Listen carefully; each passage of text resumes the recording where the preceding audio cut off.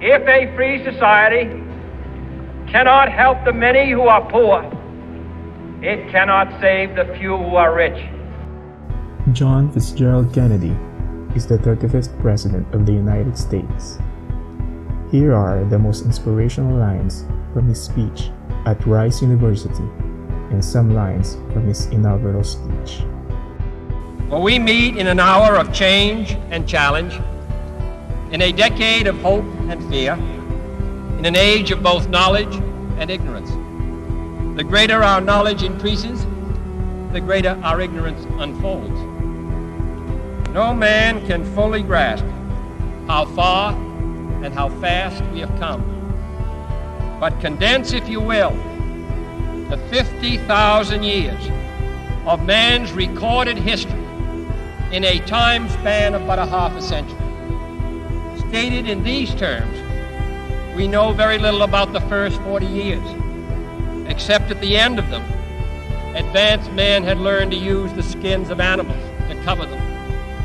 Then about 10 years ago, under this standard, man emerged from his caves to construct other kinds of shelter. Only 5 years ago, man learned to write and use a cart with wheels. Christianity began less than 2 years ago. The printing press came this year. And then less than 2 months ago, during this whole 50-year span of human history, the steam engine provided a new source of power. Newton explored the meaning of gravity. Last month, electric lights and telephones and automobiles and airplanes became available. Only last week did we develop penicillin and television and nuclear power. And now, if America's new spacecraft succeeds in reaching Venus, we will have literally reached the stars before midnight tonight. This is a breathtaking pace, and such a pace cannot help but create new ills as it dispels old. New ignorance, new problems, new dangers. We set sail on this new sea because there is new knowledge to be gained and new rights to be won, and they must be won and used for the progress of all people. But why, some say, the moon? Why choose this as our goal?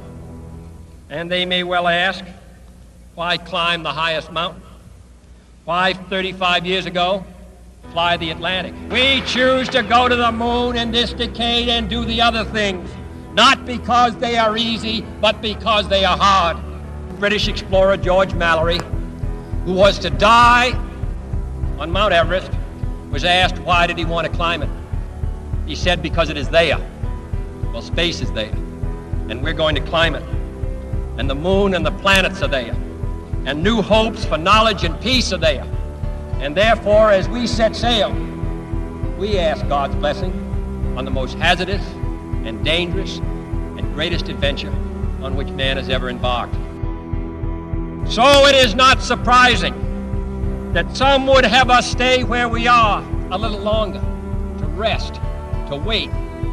But this city of Houston, this state of Texas, this country of the United States was not built by those who waited and rested and wished to look behind them. Divided there is little we can do, for we dare not meet a powerful challenge at odds and split asunder. That we shall pay any price, bear any burden, meet any hardship, support any friend, oppose any foe to assure the survival and the success of liberty. I do not believe that any of us would exchange places with any other people or any other generation.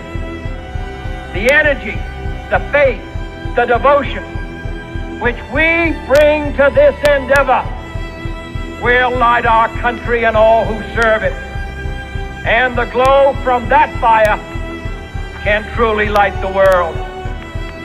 And so, my fellow Americans, ask not what your country can do for you, ask what you can do for your country.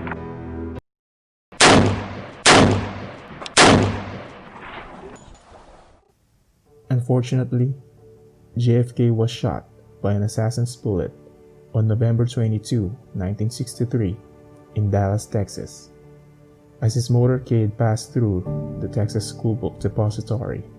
JFK championed and proposed many programs, such as the New Frontier program, energized the Apollo space missions, vocally supported the Civil Rights Movement, and navigated the US throughout the height of the Cold War.